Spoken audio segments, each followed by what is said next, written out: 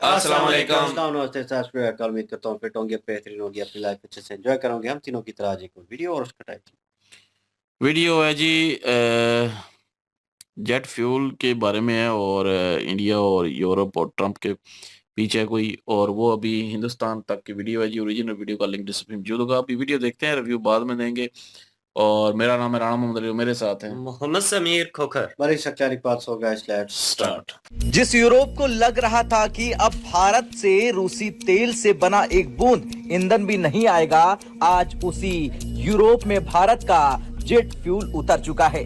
Trump की धमकियां, यूरोपीय यूनियन का प्रतिबंध और रूस पर दबाव, सबके बीच भारत ने पहला झंडा गाड़ दिया है। दरअसल आज की खबर सिर्फ तेल की खबर नहीं है, ये वैश्विक ताकत की राजनीति की खबर है। आज बात करेंगे कि ग्लोबल ऑर्डर को कैसे ऑफिशियली चेंज किया है इस एग्रीमेंट में, और जो हेडलाइंस बता रही हैं छोड़ दीजिए।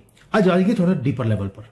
ये ट्रेड डील नहीं था दोस्तों, ये ट्रांसफर ऑफ पावर की बात हो रही है, ये चेंज ऑफ डेस्टिनी की बात हो रही है। ये न्यू एरा एक शुरू हो रहा है जहां पर अमेरिका और भारत मिलकर एक डोमिनेंस क्रिएट करेंगे। पाकिस्तान को तो इंडिया रोकता है ना कि पाकिस्तान ब्रिक्स का मेंबर नहीं बना है। पाकिस्तान को हमने हर जगह पे रोकना है। देखें, ये पिछले कुछ साल पाकिस्तान ने बड़े मुश्किल गुजारे हैं। इंडिया ने पाकिस्तान को ग्लोबल स्टेज के ऊपर कंप्लीटली आइसोलेट, यानी कि क्रिकेट की हद तक जो हर चीज खत्म कर दी थी बायलैटरली। मतलब उन्होंने कहा जी हमारे नजदीक में हमारा ये नेबर एग्जिस्ट ही नहीं करता। सबक सीखे हैं दुनिया ने, और खासतौर से यूरोप ने और नेटो कंट्रीज ने इससे एक सबक सीखा है। एक बहुत पुराना गाना है हिंदी फिल्म का कि झुकती है दुनिया, झुकाने वाला चाहिए, और मुझे ऐसा लगता है कि इन लोगों ने यही सबक सीखा है। आप देखिए, हमने पिछले 70-75 साल में सिर्फ वेस्ट को चेज किया। अब वेस्ट हमारे साथ मिलकर वो काम करना चाहता है, और ये बिगेस्ट टेक वे है। अमेरिका का जो सिस्टम है इनोवेशन का, वो उनका गोल्ड का स्टैंडर्ड है। वो अब भारत के धरती के ऊपर आने वाला है, स्पेशली इन फ्यूल इंडस्ट्रीज। हमारा ये नेबर एग्जिस्ट ही नहीं करता, और पाकिस्तान को इस्तेमाल किया जाता है just to pump up, to push up, to raise. ये जी इंडियंस जो है ना, वो हमारे उसमें उस सिलसिले में ना उस चीज को पुश अप करने के लिए किया जाता है, और कुछ भी नहीं। दोस्तों, जिसे लग रहा था कि यूरोपियन यूनियन के नए बैन्स के बाद भारत का तेल एक्सपोर्ट रुक जाएगा, उन्हें आज एक बड़ा जवाब मिल गया है। वेस्टर्न प्रेशर और डोनाल्ड ट्रंप की धमकियों के बीच भारत ने एक बार फिर दिखा दिया कि ग्लोबल एनर्जी मार्केट का असली किंग कौन है।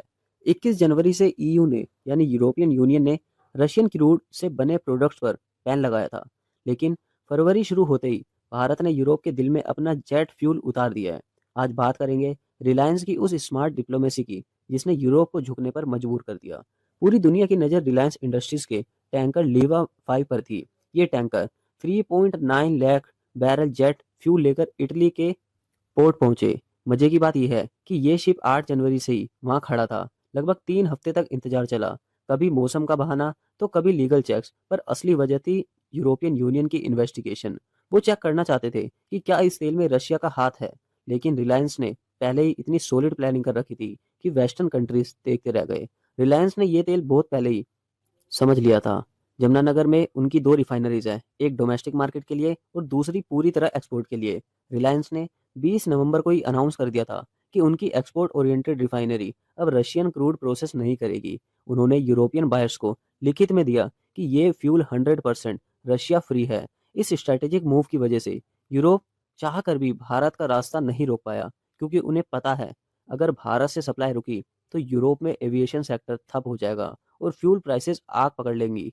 यूरोपीय यूनियन ने रूसी कच्चे तेल से बने उत्पादों पर 21 जनवरी से प्रतिबंध लगाया, लेकिन फरवरी की शुरुआत में ही भारत ने यूरोप को ईंधन निर्यात कर डाला और बता दिया कि रूस के लिए भारत कुछ भी करेगा।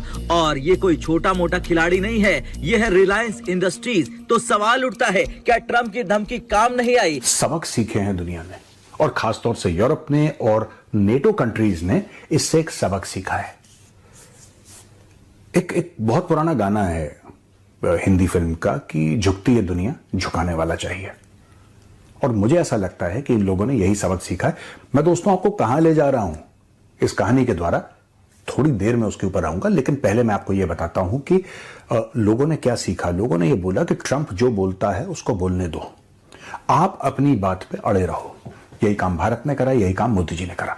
ट्रंप तुम ऐसे हो, तुम बेकार हो, तुम ऐसे हो, डेड इकोनॉमी, ये वो। और ट्रंप की जो कैबिनेट है उसने जो जहर उगला है भारत के लिए डेली, मतलब कोई ऐसा दिन नहीं जाता जब पीट नवारो कुछ ना बोले या कोई और इसका जो कैबिनेट मेंबर है, सेक्रेटरी है, कोई कुछ ना बोले। और एक से एक बदतर बयान। भारत ने कोई रिस्पॉन्स ही नहीं दिया, बात ही नहीं करी भारत ने। जाओ तो मैच करो। अच्छा, जब अचानक ट्रंप ने डील अनाउंस करी तो दुनिया को बहुत बड़ा झटका लगा कि यार कल तक तो ये एक दूसरे से बात करना ठीक नहीं समझ रहे थे, ये बात क्या हुई। बीच में डोवाल साहब जाते हैं अमेरिका और ये कवर कर चुका है पूरा मीडिया, हम लोगों ने भी कवर करा था। और ये मार्को रूबियो से मिलते हैं और मार्को रूबियो से ये बोलते हैं कि देखो यार सुनो, अगर तुम ज्यादा प्रेशर डालोगे तो हम चुप हो जाएंगे।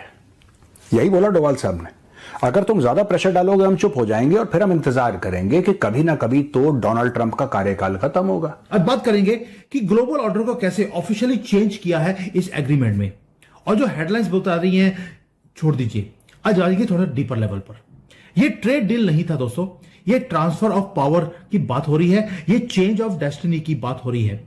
ये न्यू एरा एक शुरू हो रहा है जहां पर अमेरिका और भारत मिलकर एक डोमिनेंस क्रिएट करेंगे और क्रैक करेंगे ये जॉइंट स्टेटमेंट को जो भारत और यूएसए ने दिया। हेडलाइंस क्या बोलती हैं? ट्रेड के बारे में बात हो रही है, टैरिफ्स के बारे में बात हो रही है, एग्रीकल्चर के ऊपर सरेंडर नहीं हुआ, कुछ नहीं है ऐसा। हेडलाइंस है जो पूरा का पूरा एग्रीमेंट के अंदर एक ही चीज बार बार लिखी गई है, वो है रिसर्च एंड डेवलपमेंट।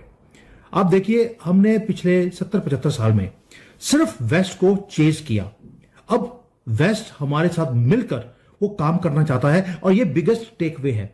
अमेरिका का जो सिस्टम है इनोवेशन का, वो उनका गोल्ड का स्टैंडर्ड है, वो अब भारत के धरती के ऊपर आने वाला है, स्पेशली इन फ्यू इंडस्ट्रीज। एक एक करके सारी चीजें खोलूंगा आपके साथ और कैसे ये फिक्स मैच है वो भी बताऊंगा आपको, जो मोदी जी ने ऑलरेडी इस बार बजट में पहले ही अनाउंस कर दिया था, जबकि ये एग्रीमेंट तो बाद में आ रहा है। अब आते हैं हुआ क्या। मेडिकल इक्विपमेंट है जो, उसके अंदर इनोवेशंस आ रही हैं, कैपेसिटी सेंटर्स खुलने शुरू हो गए और हम अडॉप्ट कर रहे हैं क्वालिटी स्टैंडर्ड्स ऑफ अमेरिका को। यही सबसे बड़ा सीक्रेट है, ये कोई एक्सीडेंट से नहीं हुआ, ये फिक्स मैच के कारण हुआ है। अब आते हैं बजट के ऊपर। आपको याद होगा कि R&D के ऊपर 10,000 करोड़ रुपए अनाउंस किए गए इस बार के बजट के अंदर। सारे एनालिस्ट कंफ्यूज थे, मैं खुद सोच रहा था कि यार पहली बार 10,000 करोड़ रुपए सिर्फ R&D के ऊपर, और सबने सडनली एक पुश आना शुरू हो गया इनोवेशन के ऊपर। अब देखते हैं रोड मैप क्या है। मोदी जी को पहले से मालूम था कि ट्रेड डील कैसे होने वाली है, चेस बोर्ड को बहुत महीने पहले वो सेट कर दिया गया था। आपको याद होगा जो IT के चीफ्स हैं, इंफॉर्मेशन टेक्नोलॉजी के जो बड़े बड़े कंपनियां हैं, उन सबको बुलाया गया। मोदी जी ने बुलाया, अपने ऑफिस पे नहीं, अपने घर पर, यानी कि एक पर्सनल अर्जेंट मैसेज था उन सबके लिए। मैसेज क्लियर था, अमेरिकन्स आ रहे हैं, अपने पैंट्स को पुल अप करना शुरू कर दीजिए। उनकी सपोर्ट के साथ अब हम भारत को आगे लेके जा सकते हैं और हम आपको सपोर्ट करने को तैयार हैं, लेकिन हैंड होल्डिंग का काम नहीं करेंगे, आपको कंपीट करना पड़ेगा। पाकिस्तान को तो इंडिया रोकता है ना कि पाकिस्तान ब्रिक्स का मेंबर नहीं बना है, पाकिस्तान को हमने हर जगह पे रोकना है। देखें, ये पिछले कुछ साल पाकिस्तान ने बड़े मुश्किल गुजारे हैं। इंडिया ने पाकिस्तान को ग्लोबल स्टेज के ऊपर कंप्लीटली आइसोलेट, यानी कि क्रिकेट की हद तक जो हर चीज खत्म कर दी थी बायलैटरली। मतलब उन्होंने कहा जी हमारे नजदीक में हमारा ये नेबर एग्जिस्ट ही नहीं करता, हमारा ये नेबर एग्जिस्ट ही नहीं करता, और पाकिस्तान को इस्तेमाल किया जाता है just to pump up, to push up, to raise. ये जी इंडियंस जो है ना वो हमारे उसमें उस सिलसिले में ना उस चीज को पुश अप करने के लिए किया जाता है और कुछ भी नहीं है। तो मैं इस चीज को ये समझता हूं कि ये that's very significant by the way, ये बड़ी सिग्निफिकेंट चीज है, ये कोई मजाक नहीं है। ठीक है कि पाकिस्तान की तरफ सिर्फ इस एंगल से देखा जाए, उनको कहता है कि हम आपकी जो ब्रिक्स में जाने की जो आपकी एस्पिरेशन है, इंडिया का जरा सुनिएगा कि इंडिया, मैंने पढ़ रहा था वो जो था कि इंडिया ने नोट किया है कि मलेशिया की जो एस्पिरेशन है ब्रिक्स में मेंबर, यानी कि वो आपको सिक्योरिटी काउंसिल का परमानेंट मेंबर बना रहे हैं और आप उनकी जो एस्पिरेशन है उसको नोट करते हैं। मतलब ये भी मलेशिया के साथ मैं समझता हूँ थोड़ी सी जो है ना वो ज्यादती है कि मतलब आपके, वो तो आपको कह रहे हैं सिक्योरिटी काउंसिल का परमानेंट मेंबर बने, हम आपको सपोर्ट करते हैं, लेकिन जब वो ब्रिक्स के मेंबर बनना चाहते हैं तो आप कह रहे हैं कि हमने आपकी एस्पिरेशंस को नोट किया। मतलब ये कि हम देखेंगे हमने क्या करना है, आप जूनियर पार्टनर।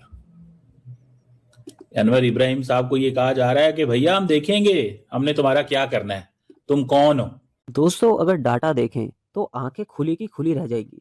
2024 में भारत ने 41 lakh ton jet fuel Europe भेजा, जो 2021 के मुकाबले लगभग 3 गुना ज्यादा है। पिछले कुछ सालों में यूरोप की 15% एविएशन फ्यूल की जरूरत अकेला भारत पूरी कर रहा है। डोनाल्ड ट्रंप ने बार बार धमकी दी कि भारत को रशियन ऑयल का फायदा उठाने से रोका जाएगा, लेकिन ग्राउंड रियलिटी अलग है। यूरोप को रशिया से दुश्मनी निभानी है, लेकिन फ्लाइट भी तो उड़ानी है, और उस फ्लाइट के लिए तेल सिर्फ भारत दे सकता है। डोनाल्ड ट्रंप पूरी कोशिश कर रहा है कि भारत जो है वो रशिया से ऑयल ना खरीदे, इस वजह से वो बयान भी देते रहते हैं। लेकिन भारत ने क्लियर कर दिया है कि भारत अपने 140 करोड़ लोगों के लिए जो एनर्जी की सप्लाई है, एनर्जी की जरूरत है, उसे पूरा करेगा।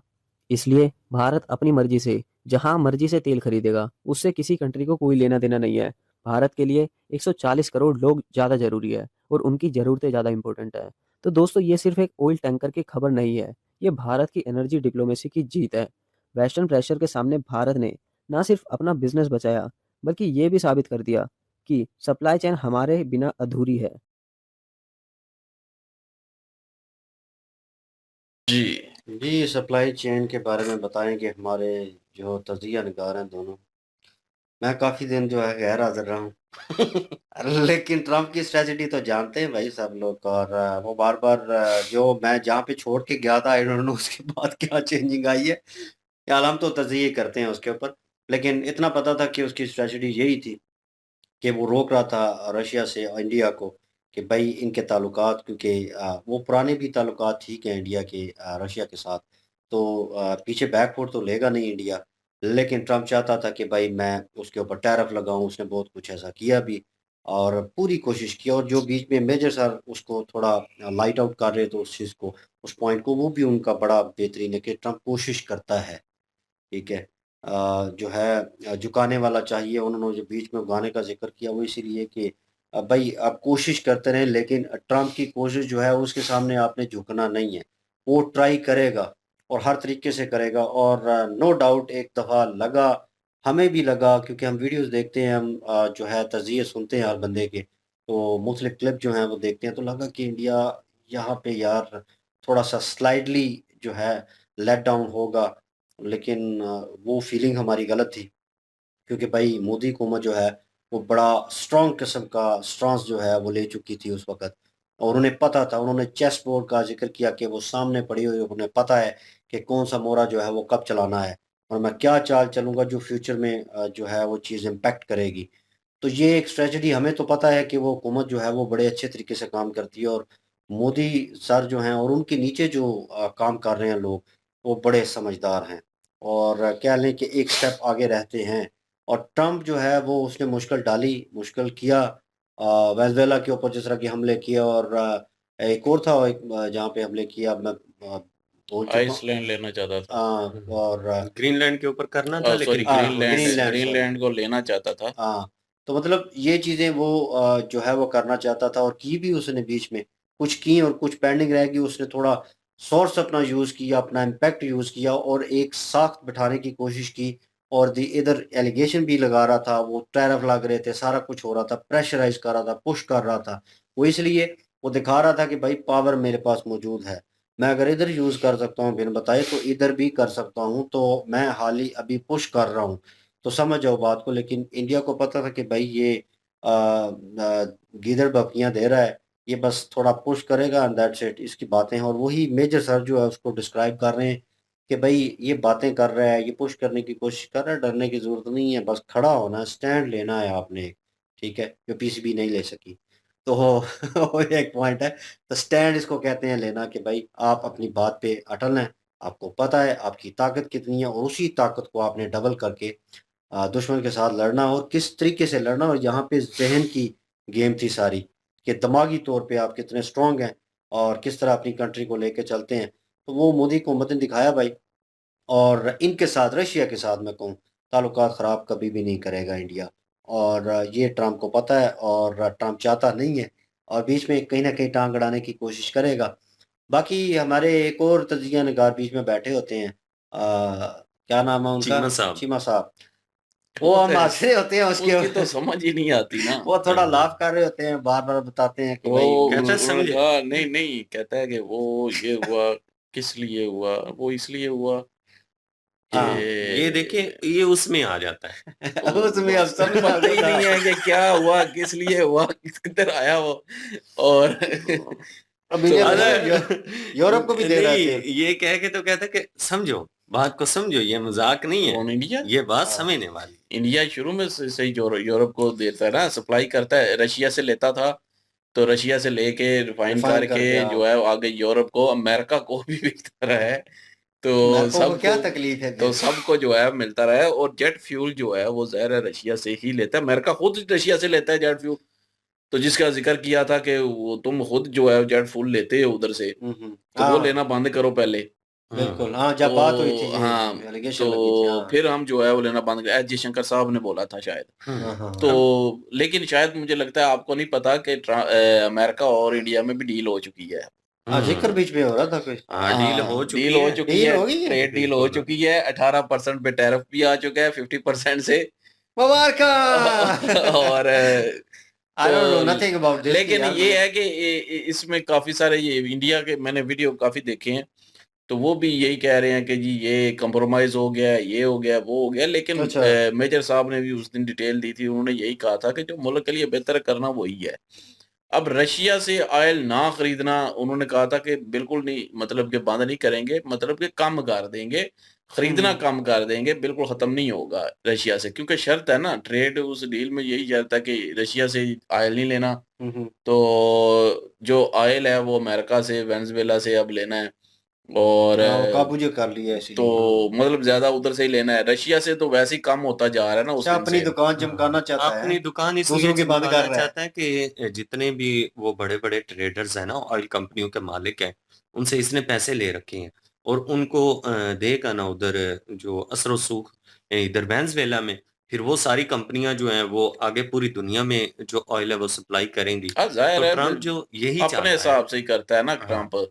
और दूसरी चीज है जी अपना वेजिटेबल कह रहा हूँ, एग्रीकल्चर जो एग्रीकल्चर। है वो एग्रीकल्चर डिपार्टमेंट में वो अभी खोल के उस तरह बातें नहीं हुई, लेकिन यही कह रहे हैं, इंडिया कह रहा है कि नहीं, ज्यादातर जो है वो एग्रीकल्चर में हमने नहीं घुसने दिया उसको, अमेरिका को। अमेरिका को वो तो एब्सोल्युटली नॉट बोल दिया था ना तो उसने। नहीं, उसमें भी वो जिक्र हो रहा था उस उस में कि वो कॉन्ट्रैक्ट में है वो। इंटरफेरेंस हाँ कर रहे हैं। है, एग्रीकल्चर में भी है कुछ। अब ये किस चीज में है वो तीसरे महीने में पूरी जो है रिपोर्ट सामने आएगी। इंडिया जो है, बाकी तो मुल्क तो देते ही नहीं है ना रिपोर्ट, क्या क्या ट्रेड डील हुई है, क्या नहीं हुई। लेकिन इंडिया जो है वो तीसरे महीने में शो करेगा कि क्या ट्रेड डील हुई है, कितने में कितने परसेंट टैरिफ है, कितने में कितने हाँ नहीं रहा।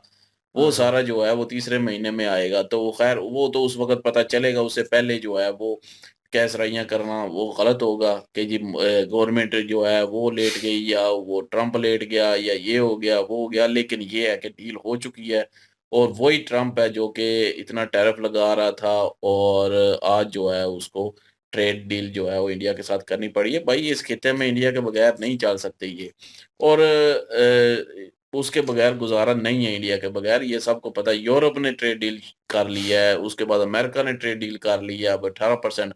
अब पाकिस्तान पे 19% टैरिफ है, इंडिया पे 18% टैरिफ है, बांग्लादेश पे 20% टैरिफ है। तो जो बंदा चेंज हो गई है पीछे अकड़ता गेम। रहा है, जो मुल्क अकड़ता रहा है उसका 18%, जो मुल्क जो है वो लोले पोचे लगाता रहा है उसका 19%।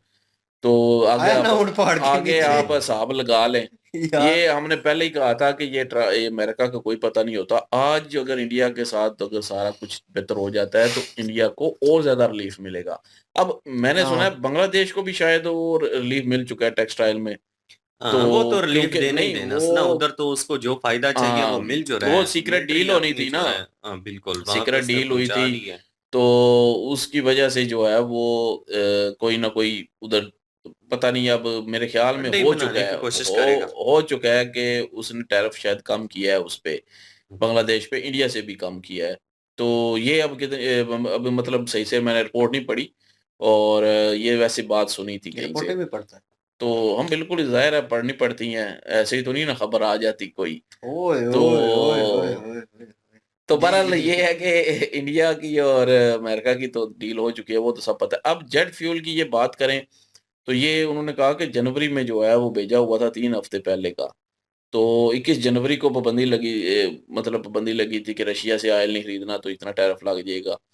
तो अभी जो है वो ये रिलीज़ हुआ है। अब देखना ये है कि इसके बाद और भी जाते हैं शिप या नहीं जाते। तो अगर तो और गए, तो फिर तो वाक़ई इंडिया जो है वो किसी की नहीं सुनता, वो अपनी ही करता है। वो रशिया के साथ जो है वो मतलब ऑयल लेगा और रिलायंस कंपनी जो है वो आगे भेजेगी। अब मैंने सुना था कि रिलायंस कंपनी ने काफ़ी सारे ऐसे थे जो कि ठेके जो जिसको कहते हैं या डील्स कह लें, वो रशिया के साथ काम कर दी थी। तो अब ये कितनी सच्चाई है क्योंकि आगे जेट फ्यूल जाता है या ये दूसरा फ्यूल जाता है, टैंक जाते हैं कि नहीं जाते रशियन ऑयल के, वो तो हो सकता है ये बाद भी में पता कॉन्ट्रैक्ट में हो चलेगा। ये सारी चीजें कि फ्यूल इतने दिन वहां पे रहना था, एक ड्रामा हो नहीं, दुनिया का। कॉन्ट्रैक्ट में नहीं था, नहीं, नहीं, ये वो पाबंदी पहले की के गया वजह हुआ से था वो ना, पाबंदी से कंप्रोमाइज़ नहीं पहले हो गया रहा था। था पाबंदी ना। से तो पहले गया था ना, तो वो वो 8 3 तारीख हफ्ते का वहाँ बता पे रहे थे मेरे ख्याल बिल्कुल 21 जनवरी को लगा था, लगी थी पाबंदी, लेकिन अभी वो रिलीज़ हो चुका है और अभी उनको जो है वो ज़ाहिर है जो यूरोप है उनको भी पता है कि हम जो में। है वो जेट फ्यूल या इन चीज़ों से नहीं रह सकते और ये कहीं से और से जो है वो सही से मिलना भी नहीं है, रशिया से ही मिलना है। तो वो अमेरिका को भी पता है। हो सकता है कि जेट फ्यूल पे जो है पाबंदी ना लगाए इंडिया और इंडिया वो क्योंकि यस। अमेरिका को पता है कि जी जो चीज़ मुझे चाहिए वो बेशक कोई और ले ले, लेकिन कोई जो मुझे नहीं चाहिए वो कोई भी ना ले।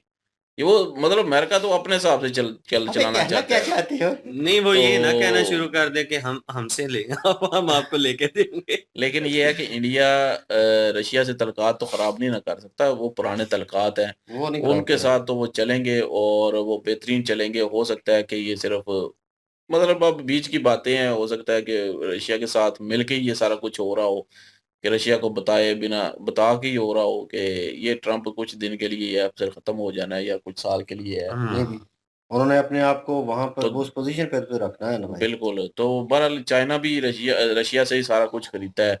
चाइना पे इसीलिए तो टैरिफ हैं अभी भी। तो उस पे तो नहीं काम किए। नहीं उसने उससे का साथ कोई डील नहीं हुई ना ऐसी-वैसी।